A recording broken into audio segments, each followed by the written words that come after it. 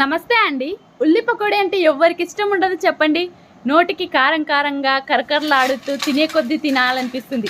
అంత టేస్టీగా ఉంటుంది. మరి అలాంటి ఉల్లి పకోడీని ఎలా చేయాలో చూద్దామా? మిక్సింగ్ బౌల్లోకి సన్నగా తరిగిన ఒక కప్పు ఉల్లిపాయ ముక్కలు, అందులోనే సన్నగా తరిగిన ఒక 2 పచ్చిమిర్చి ముక్కలు, కాస్త కరివేపాకు, కొంచెం జీలకర్ర వేసి ఉల్లిపాయల్లో నుంచి నీరు ఊరేంత వరకు బాగా కలపాలి. కలిపిన తర్వాత రుచికి సరిపడా సాల్ట్, చిటికెడు పసుపు, మీ స్పైసీకి తగ్గ కారం, కొంచెం వాము వేసి అలాగే 2 టేబుల్ స్పూన్ బియ్యం పిండి వేసి బాగా కలిపిన తర్వాత ఒక ముప్పావు కప్పు దాకా శనగపిండిని కొంచెం కొంచెంగా వేస్తూ బాగా కలిపి అందులోనే వాటర్ కొంచెం కొంచెంగా యాడ్ చేస్తూ మొత్తం గట్టిగా కలుపుకోవాలి. ఇలా కలుపుకున్న పిండిని ఆయిల్ బాగా హీట్ అయ్యాక కొంచెం కొంచెంగా వేస్తూ పకోడీలా వేసుకోవాలి. ఇలా వేసుకొని స్టవ్ని మీడియం ఫ్లేమ్లో ఉంచి బ్రౌన్ కలర్ వచ్చేంత వరకు ఫ్రై చేసి తీసుకోవడమే. ఇంతేనండి, ఎంతో టేస్టీగా ఉండే ఉల్లి పకోడీ రెడీ అవుతుంది.